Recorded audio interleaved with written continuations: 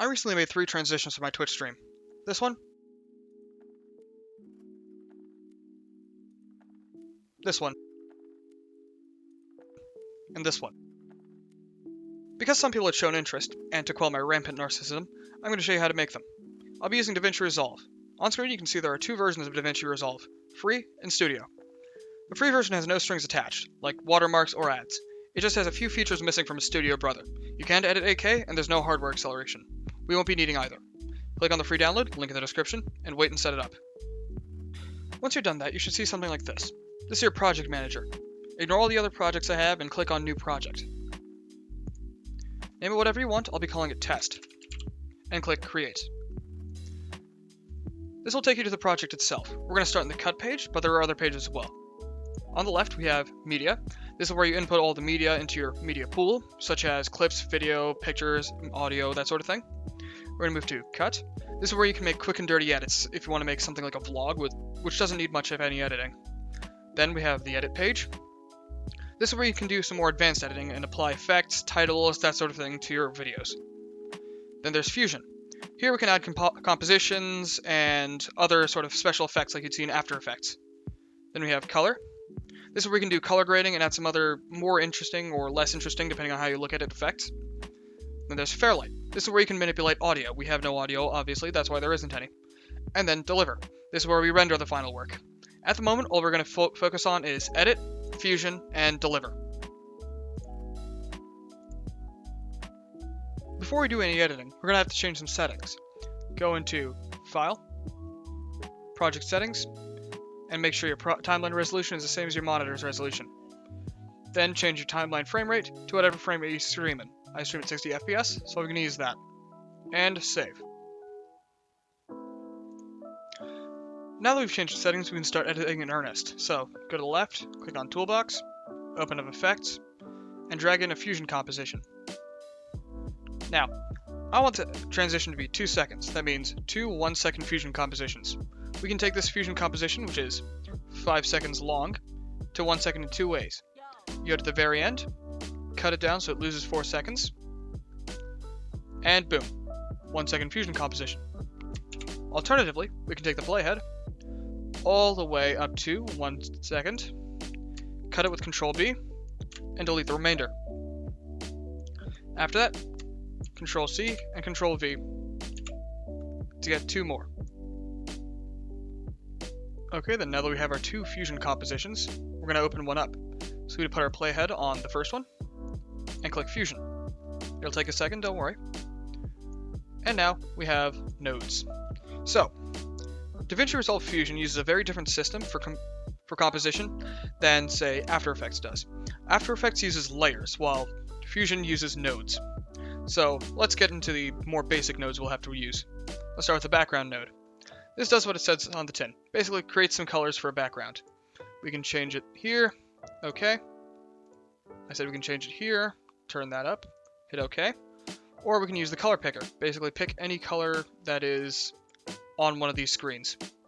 We don't have any different colors, so we're not going to worry about that right now. Let's move on to a different type of node, the rectangle node. This, again, does what it says on the tin, creates a rectangle. This can be useful as a mask, but we're going to worry about that later. And then the merge node. This is the most important node we're going to have to use. This has a few more arrows in it. So here's what the arrows mean. The yellow arrow is the bottom layer. The green arrow is the top layer. Basically, what the merge node does is it takes one thing in and puts something else on top of it. Kind of like a printer with how it takes paper in and then prints something on top of it. And then the blue arrow is the mask. Basically, it says, put whatever you want on top of it, just only do it within this area. So let's show you how that works. We're going to put ourselves a black background.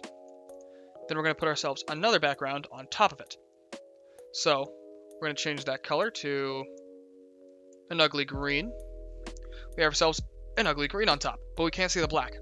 So we're going to use the power of a mask to work with that. And we have ourselves an ugly green square on a black background. Another life pro tip, if you click on something, so we're going to delete our mask. If you click on something and add ourselves a square, it automatically attaches it to the merge node. Now that we have the hang of nodes, let's try something different. Let's import our picture. So I'm going to import a regular old picture right now. This is the profile picture I use on most apps, but there's a problem. As you can see, the image is really, really blocky. So this is because it's a raster image. Basically, it stores all the image data in pixels. And as you scale up the image, the pixels have to get bigger or duplicate. And if it has to scale up by, say, an uneven amount, you get these really ugly blocky textures, especially when you zoom in. In order to fix that, we're going to use a vector image.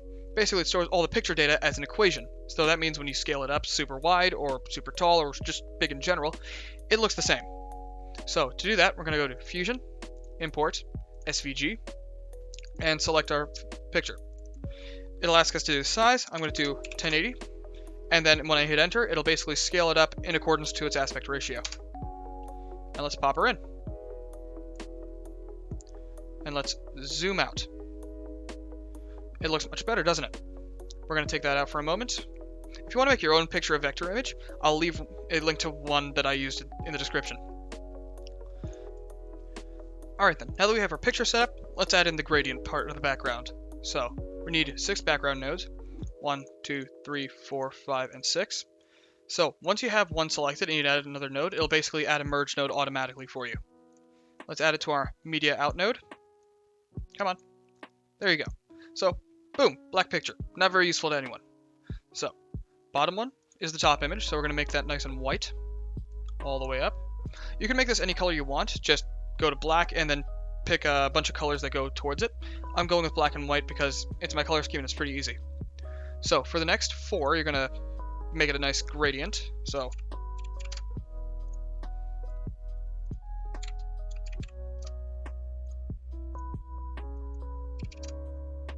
and black.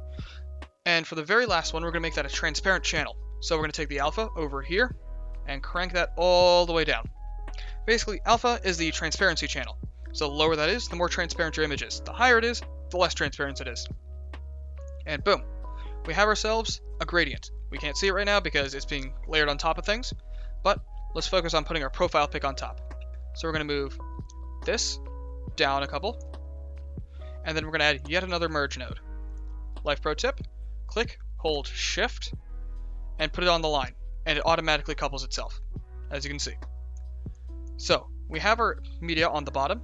Let's add our profile pic on the top. And let there be pictures. In order to make the gradient, we're going to have to add a mask. So we're going to add a rectangle. We're going to add our rectangle and pull it all the way over here and put it on everything that isn't the transparent one.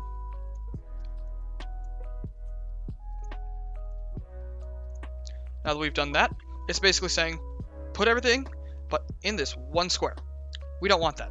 We want everything outside of the square. So we're going to hit invert, which is doing that. And then we're going to hit 120 degrees, so it cants it a bit.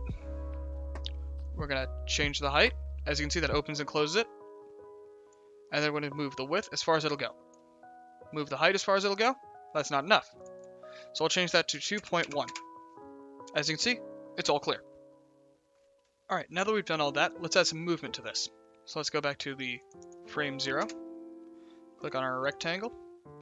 And make our height 2.1. It already is there. And we click the diamond. That creates a keyframe.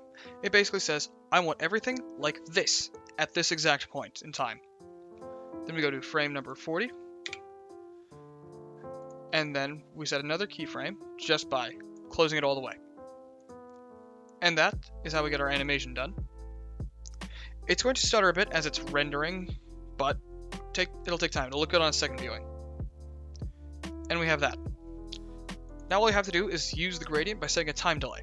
So we press Shift Space, and then type in time.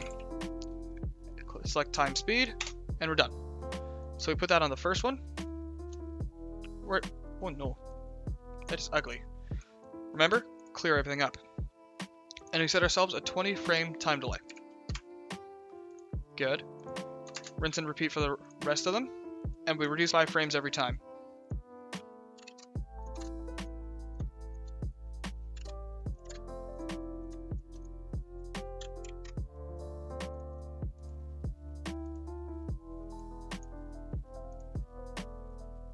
And now we have our nice little gradient.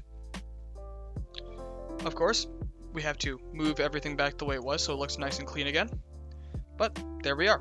Simple gradient. We're going to give that some time to render in the background so you can see the preview of it. Come on. There we are. Beautiful. We're done with this for now. Alright, now that we've finished with our first fusion composition, let's move on to our second one. Move the playhead over the second fusion composition, hit fusion. Just as easy. We're going to move on to doing what we did last time. So 6 background layers. It appears I cannot count, so there we go, 6. Boom. We have ourselves a black background. Now we add our image with the merge node. Come on, there we go. And then import. There we are. Boom. Moving on, we're going to put this on top, and then we're going to start creating our gradient. All the way up.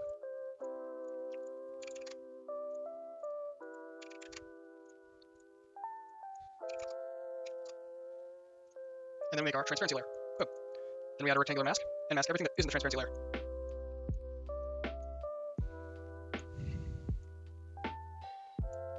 Boom. Now we fiddle with the mask.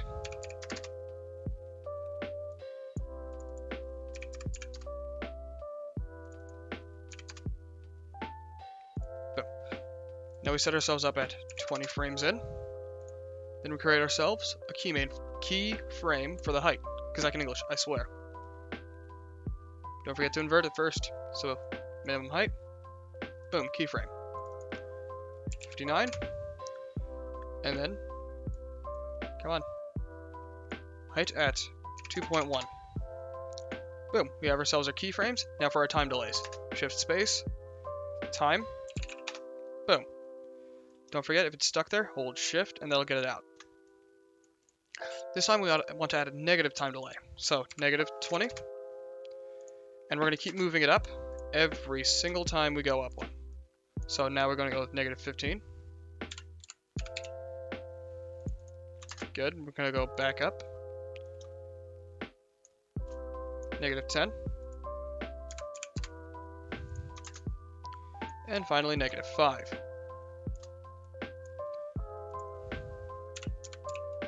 Boom. Let's check it out now.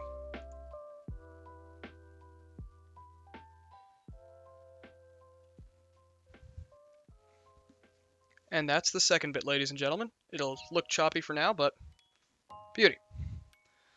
Now, we're in the final stretch. Let's try and make this look a wee bit more natural now. So let's go back to the edit page. We're going to go back to our first fusion composition. Hit fusion. And unclick everything. And we're going to go up to the spline panel. Click enable everything. And we see our nice straight line. We're going to make this a bit more curvy to look nicer. So we're going to click one of the squares. Take this line. This is the tangent line. Basically, it runs parallel to that given point.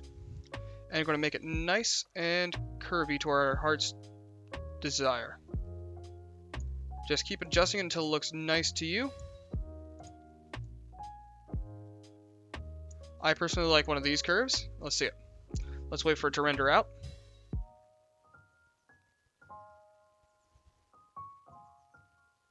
Come on. Oh no, it must do so a second time. Much nicer, eh? There's another thing we can do just to make it look a bit less defined. And that means going to Image, Settings, and then adding Motion Blur. Add however much you think looks good. I still like to stick around 5. Give it a moment. Come on.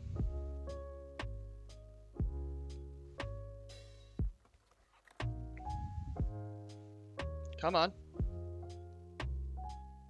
There we go. Looks a bit better in my opinion. Now that we're done with that, same thing on the next one. So, Fusion Comp 2. Boop. Spline panel should already be open. And we're going to do the same thing. Be sure not to move the keyframes around. That'll not be good.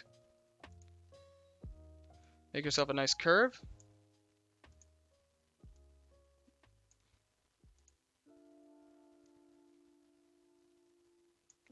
Make sure it looks nice and even. You're going to have to fiddle with this for a bit. And I think that looks good. Let's see it. Give it some more time to render. Come on. Come on. You can do it. And some more time. There she is. And now for the motion blur. Same thing over here. Settings, motion blur, 5. Let's wait for it to re-render everything, because, you know, it takes time. Come on, you can do this. Beautiful. Okay, so let's check everything out in the edit panel. Remember, this is still red, so it's going to take a bit of time to buffer in. So, it's a rough look at how it should look. And we're going to wait for the red line to turn fully blue. And when that's done, you can see the magic of the entire transition. And she's blue. That wasn't too good. There we go, much better. Now, let's move on to the most important part, deliver. Here we are. We're going to name it whatever we want. I'm going to say stream wipe short test. Stream wipe short test. You can name it whatever you want. Browse, it goes into my created videos folder, of course. Here's the most important part. Format, QuickTime, whatever. Backup. We don't want it to be an H.264. So we go to CoPro Cineform, change the colors to RGB 16-bit. Yes, there are other codecs that work, but this is the one that's worked best for me. Go down, render frame rate and resolution, export alpha. Don't worry about this. Quality best, of course. Add to render queue. As I said, the free version doesn't have hardware acceleration, but it's like a 2-second video. Who cares? And render all. It's going to take a bit. And boom, you have it. So, let's move on to adding it into OBS. Alrighty, so here we are in VLC. Let's just pop open my videos. So, here's the video I just created, stream wipe short test. Now, let's move on to transitions in VLC and how do you use them. So, let's go to add stinger. We're going to name the stinger, just say stream wipe short. Boom. So we have to add our video file. Go to our created videos, stream wipe short test, and boom, preview. As you can see, it's kind of out of sync. So let's make sure the transition between scene A and scene B happens 1000 milliseconds in, or 1 second. So let's try that. Looks good. Okay, let's hit OK. Let's change from one scene to another then. Looks good to me. So, one thing I would highly recommend is go to, say, Firefox, and go to an online WebM so V2M. So find yourself an online converter from MOV to WebM. Here's the one I personally use. Link will of course be in the description. So when you have MOV, it's a huge file, and so you have to encode and decode a lot more in comparison to say a WebM. So this MOV was like what? Let's check.